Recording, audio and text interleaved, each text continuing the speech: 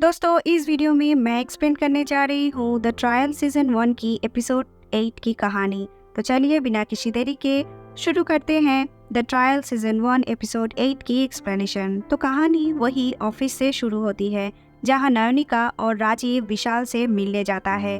विशाल कहता है कि इस केस के 3 मेन विटनेस है जो कि टीना, रुपेश और साना है, और अगर हमें ये केस जीतना है तो हमें इन तीनों को हैंडल करना पड़ेगा। विशाल ये भी कहता है कि अगर वो ये केस जीत जाता है तो फार्म का बहुत ज्यादा नाम होगा। नयनिका केस फाइल रेडी करने के लिए चली जाती है, तभी विशाल वहाँ राजीव से थैंक्स कहता है और ये भी कहता है कि दक्ष की बातों पर भरोसा ना करने के लिए शुक्रिया। राजीव कहता है कि उसे नयनिका पर पूरा भरोसा है और वहाँ से फिर वो चला जाता है। साना विटनेस होने के कारण कुछ दिनों के लिए ऑफिस छोड़ देती है और जाने से पहले वो नयनिका को संभाल कर रहने के लिए कह देती है, क्योंकि धीरज सबसे परमानेंट होने का बात कर रहा होता है। उधर कोर्ट के हियरिंग में विशाल जज से टाइम की मांग करता है और जज उसे 1 हफ्ता का वक्त दे देते हैं। इधर ऑफिस में विशाल और मालिनी इस केस पर काम कर रहे होते हैं, जहाँ विशाल देखता है कि राजीव और नयनिका के बीच सब कुछ बहुत अच्छा नहीं है और बहुत दूरियां आ गई हैं। कोर्ट का हियरिंग वापस शुरू होता है और टीना एज ए फर्स्ट विटनेस गवाही देने के लिए आती है।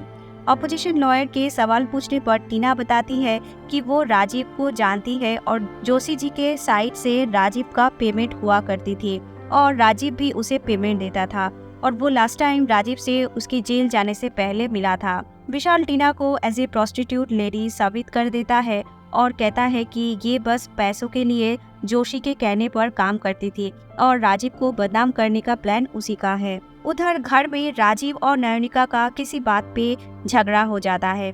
सुबह जब नयनिका मालिनी के पास अपनी पोजीशन को लेकर बात करने के लिए जाती है, तब मालिनी उसे कहती है कि धीरज ने उससे ज्यादा काम किया है और कहती है कि अगर नयनिका को भी इस फार्म में ही रुकना है तो उसे अपना कॉन्टैक्ट के जरिए फार्म के लिए काम लाना होगा। उधर नयनिका के पास स्कूल से कॉल आता है जो कि उसे ये रिमाइंडर देते हैं कि उनके बच्चों का 6 मंथ्स की फीस अभी भी पेंडिंग है। रात में इलियास नयनिका के घर आता है और उसे कहता है कि उसे अभी राजीव का सपोर्ट करना चाहिए। वो कहता है कि राजीव अभी बहुत ज्यादा पॉपुलर है तो वो अभी पॉलिटिक्स ज्वाइन कर सकता है एज ए MLA, जिस पर नयनिका ये कहती है कि राजीव को ज्यादा फेम हजम नहीं होता, इसलिए वो नहीं चाहती है कि वो MLA बने। कोर्ट में हियरिंग के नेक्स्ट रुपेश को बुलाया जाता है, लेकिन किसी वजह से रुपेश वहां आ नहीं पाता। एक फ्लैशबैक में तब हम देखते हैं कि पिछले रात नयनिका और इलियास रुपेश से मिलते हैं और उसे फ्लाइट का टिकट और एक वीजा देकर देश छोड़ के जाने के लिए कहते हैं, वरना उसके खिलाफ वो लोग केस कर देंगे। रुपेश उनकी बात मानकर वहां से चला जाता है। नेक्स्ट विटनेस के तौर पर साना आती है और अपना बयान वो राजीव के सपोर्ट में देते हुए ये कहती है वो जोशी के ट्रांजैक्शंस देखती थी, लेकिन उसे ये पता नहीं था कि वो जोशी ही है। एक्चुअली वो उसका नाम नहीं जानती थी। इसके कुछ दिनों बाद कोर्ट अपना फैसला राजीव के सपोर्ट में सुनाता है और उस पर से सारा ब्लेम को हटा दिया जाता है।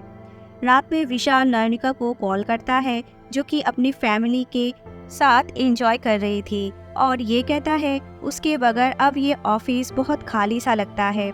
सुबह नयनिका साना से मिलकर ये पूछती है कि उसने अपना बयान क्यों बदला, जिस पर साना कहती है कि रुपेश के नाक आने से उसने ऐसा किया, नहीं तो अगर रुपेश गवाही दे देता तो उसके लिए शायद ये मुश्किल हो जाता। उधर राजीव वहां आ जाता है और नयनिका को बुलाकर ले जाता है।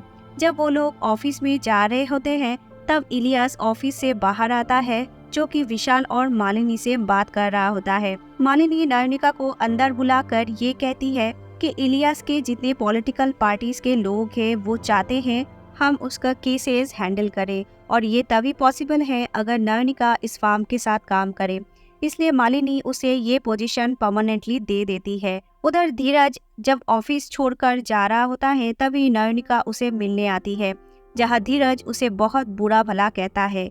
इसके बाद हम नयनिका के घर में देखते हैं जहां एक पार्टी हो रहा होता है।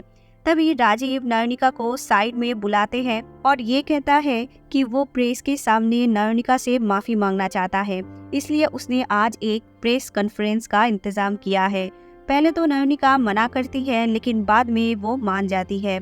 इधर बार में धीरज से मिलने शरद आता है और कहता है कि वो भी राजीव को और उस फार्म को बर्बाद करना चाहता है। विशाल रात में नयनिका को कॉल करता है और कहता है कि वो उसे बहुत ज्यादा प्यार करता है, जिस पर नयनिका उसे जवाब देती है कि अगर उसके पास आगे का कुछ प्लान है तब वो उसे बात कर सकता है, और ये बोलकर कॉल कट कर देती है। राजीव प्रेस के सामने नयनिका को बुलाकर उसे माफी मांगता है। तभी नयनिका के फोन में विशाल का एक वॉइस मैसेज आया होता है और फोन तब इलियस के पास होता है।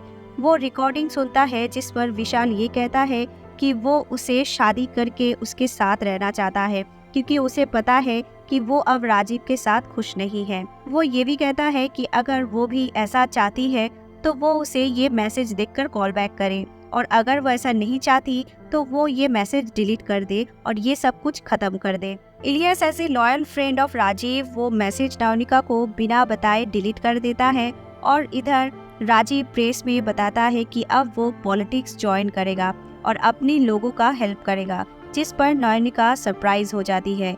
और यहीं पर एपिसोड 8 की दी एंड हो जाती है।